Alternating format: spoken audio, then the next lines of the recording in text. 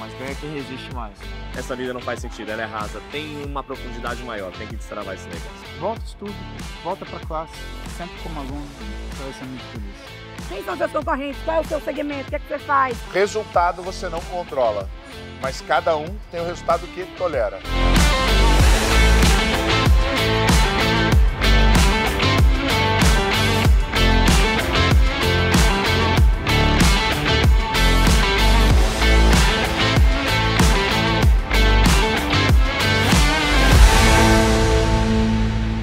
Empreendedorismo é um dos temas que queremos conversar aqui no Conecta. Recentemente, produzimos um conteúdo exclusivo aqui para o canal. A jornalista Suelen Lobato conversou com grandes nomes do segmento e temos dicas valiosas. Bora acompanhar? E recebi uma super missão de conversar com uma turma de especialistas e trazer tudo o que eles têm para dividir com vocês. Vamos conferir?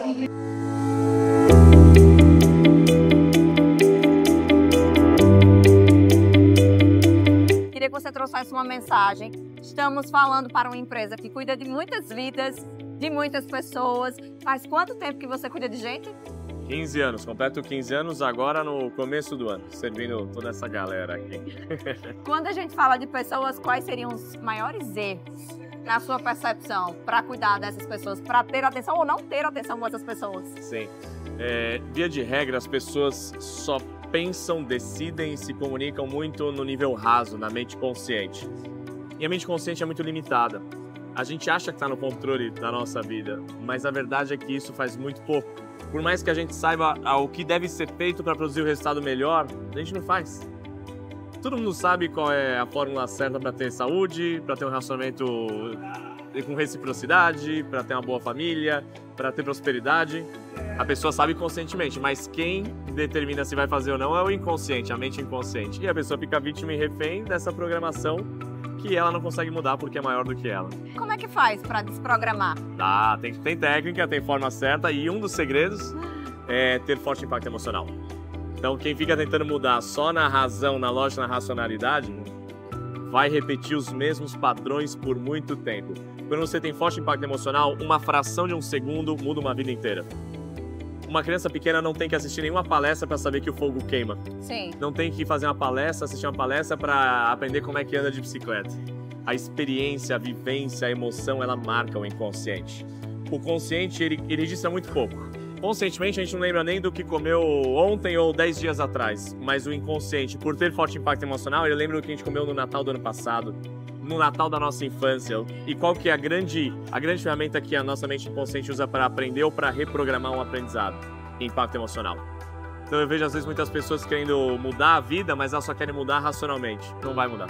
Tem que mexer nesse inconsciente, nesse cérebro emocional, nesse sistema límbico, nessa mente inconsciente para poder reprogramar isso. Muito interessante. Eu queria que você trouxesse a sua mensagem para dizer o poder das pessoas, como elas são importantes no organograma de qualquer empresa. Todo ser humano carrega uma verdade, um propósito e um potencial em si. Muitas vezes as pessoas não despertam esse potencial, e o potencial não virou potência, mas a verdade é que todo mundo tem. A gente fala assim, Eric, mas qual que é meu propósito? Propósito é uma palavra que às vezes as pessoas acham que é uma coisa... As nuvens vão se abrir, vai ter um raio de luz e vai revelar. Cara, o propósito para mim, para todo ser humano, é evoluir a si mesmo e servir as pessoas e contribuir às pessoas. E às vezes as pessoas acham que é um negócio grandioso, tem que estar no palco. A diferença entre o palco e servir um organograma em qualquer lugar, lá embaixo ou lá em cima, é só a forma. Porque de importância é a mesma. Tem uma metáfora que dizem que foram visitar as instalações da NASA e tinha um homem trocando a lâmpada, né? E perguntaram para ele, o que você está fazendo aqui? Pô, tô mandando um homem para a Lua. Isso é o serviço genuíno, isso é dar significado para a própria vida, senão é raso. Se a pessoa está trabalhando só por dinheiro, se a pessoa está acordando só para sobreviver aquele dia, essa vida não faz sentido, ela é rasa. Tem uma profundidade maior, tem que destravar esse negócio.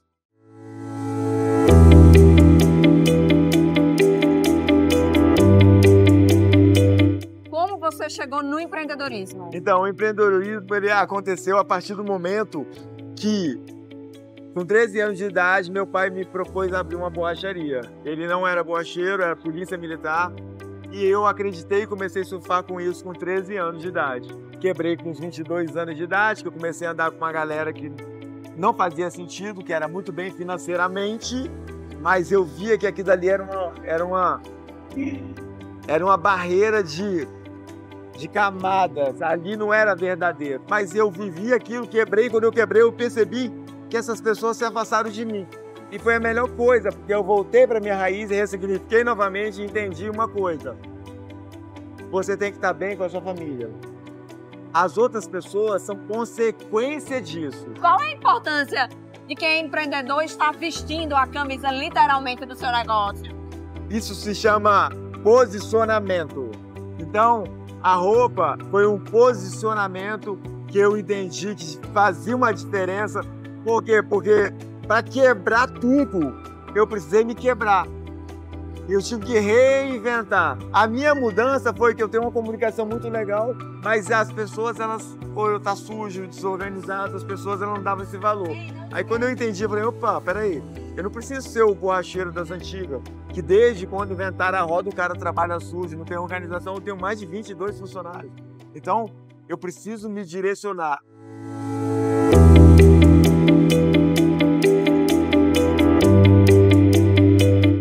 Eu quero saber o papel da coragem na sua vida. Que história é essa, Fabiana? Você acha que para empreender precisa de coragem? Muita coragem. Qual é o desafio? É a gente saber que a gente está sendo imprudente, precipitado, se a gente está hesitando ou se a gente está sendo covarde. Porque coragem é um processo de construção de segurança.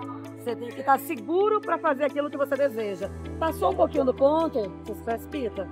Então, equilibrar essa régua dentro do empreendedorismo é algo bastante difícil. E é isso que eu procurei trazer para a galera aqui hoje. Quando a gente começa um negócio, a gente está muito empolgado, feliz, emocionado. E com muitos medos também. Por que não? Mas o medo ele vem depois. Quando você começa, você está mais empolgado. E aí o medo você começa a ver que não é tão fácil assim, a gente começa o medo a falar mais alto. Só que veja, medo é farol. Se você tá com medo de alguma coisa, é porque isso é importante para você. Faz sentido? Sim. Senão você ignoraria, Sim, sumariamente. sim. Você não ignora porque é importante. Então, dentro do negócio, aquilo que você sente medo e não consegue ignorar, você tem que olhar, por que eu não ignoro isso? O que esse medo tá querendo me dizer? O Will Smith tem uma frase que eu adoro, que é Deus coloca as melhores coisas da vida do outro lado do medo. Então, eu não acho que medo é inimigo da coragem. Ele precisa acontecer para que a coragem exista. Então, para mim, o medo é meu amiguinho. Assim, eu ressignifiquei muito o medo e acho que ele é super importante dentro do processo. Top 3 de como ter coragem ou de como buscar a coragem. O que você poderia dizer? Top 1. Você precisa ter uma rede de apoio muito bem formatada. Existe quem te aconselha, quem te ajuda a agir, quem te ampara. Não mistura as coisas que vai dar merda. Se você quer ter coragem para fazer alguma coisa, se aconselha com alguém que tem um benefício emocional a partir daquela ação, dificilmente ela vai te aconselhar do jeito certo, que é do jeito que você precisa.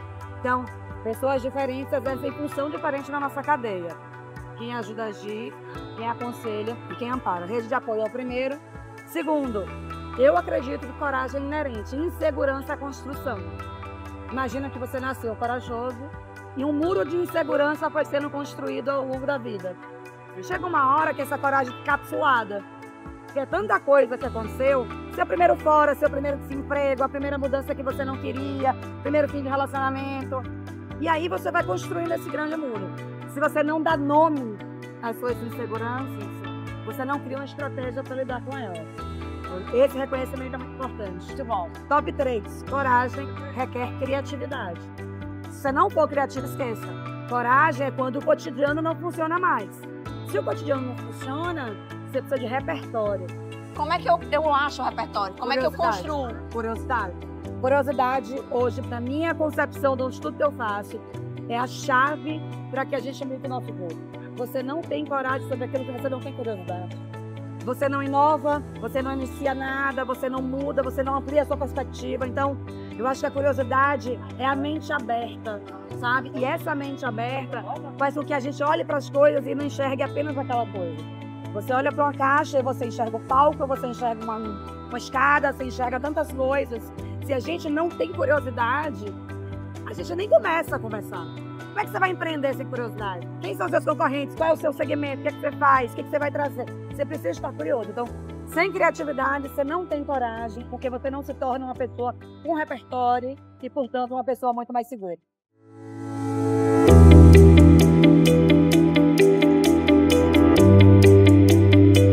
Como é que a gente pode dar uma dica para quem está nos acompanhando, Thiago, para tocar no coração das pessoas e entender elas?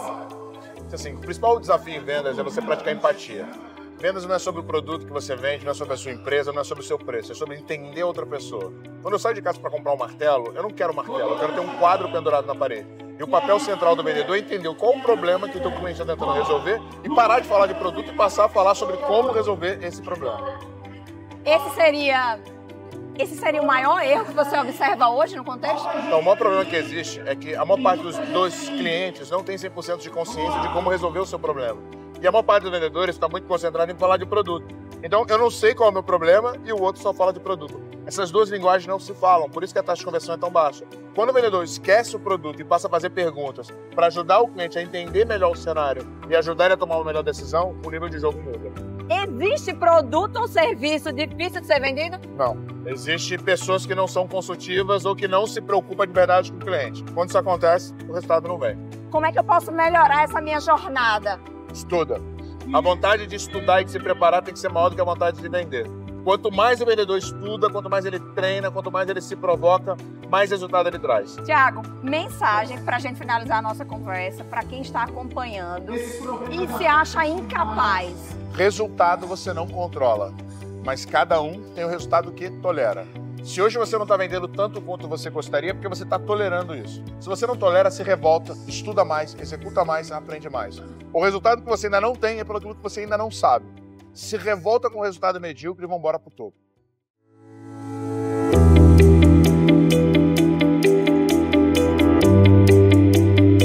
E agora o convidado é um jovem empreendedor e eu queria saber, Theo Braga, se você não fosse empreendedor, o que você seria?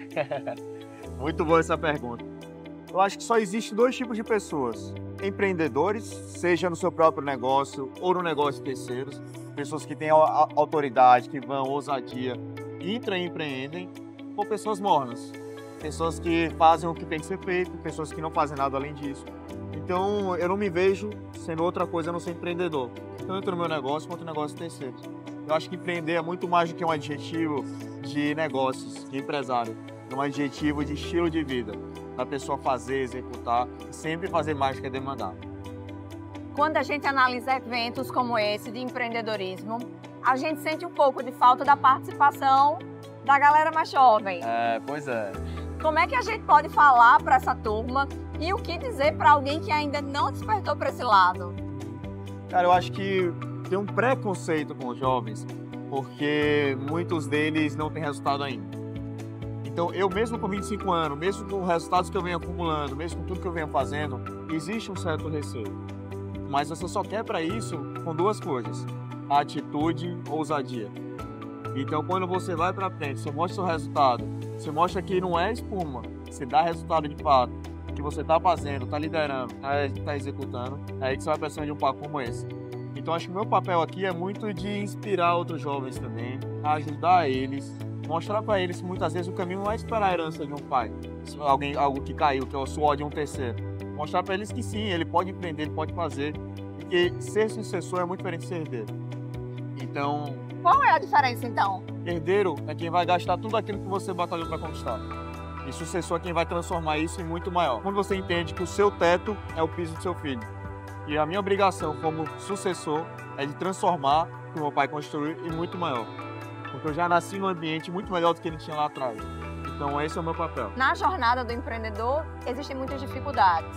Qual seria a sua dica, sua sugestão para esses momentos de adversidade? Cara, quando você é empreendedor, quando você é empresário, acho que a resiliência é o maior papel de todos.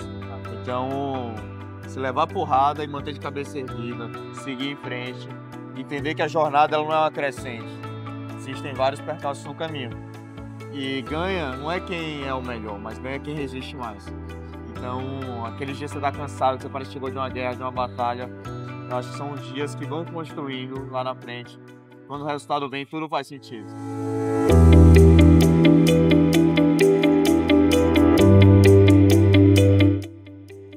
mensagem, Paulo Musi, para os médicos, para que eles possam encontrar a saúde mental que está tão difícil?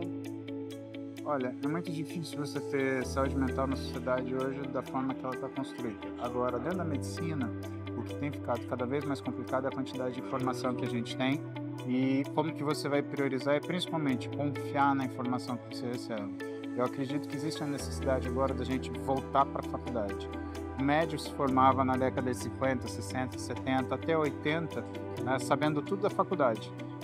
E aí ele ia aprender na vida aquilo que é a realidade. Hoje é diferente. Hoje você tem uma formação muito forte, que você tem uma forma de estudo guiado e que isso se perde quando você se torna um médico formado. E aí, quem te ensina o que você vai aprender? Qual vai ser a próxima lição? Então, tem a necessidade da gente voltar na forma de cursos de pós-graduação, de atualização, de especialização, de treinamento, para que a gente consiga acompanhar o que é essa mudança rápida da medicina. Eu acredito que seja crítico para o médico a certeza de que ele está fazendo um bom trabalho.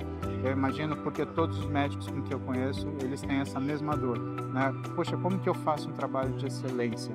E a resposta, ela não é simples, porque não é fácil você voltar a estudar depois de ficar 10, 15 anos fora da faculdade, mas ela é muito direta. Então, volta ao estudo, volta para a classe, senta como aluno, você vai ser muito feliz.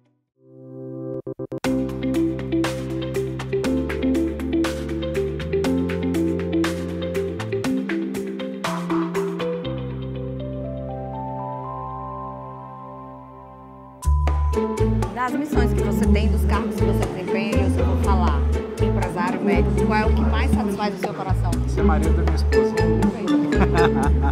Eu quero falar com você sobre coragem. Take 3, a coragem. Take 3, a missão. Vamos pedir música no Fantástico. Damos ok de áudio, produção? Tá ok? pegando isso aqui. Você quer que eu faça a pergunta pra você? E é isso que eu acredito. E aí, meu irmão, como é que tá? Tudo bem? Tudo bem, chefe? Estamos gravando.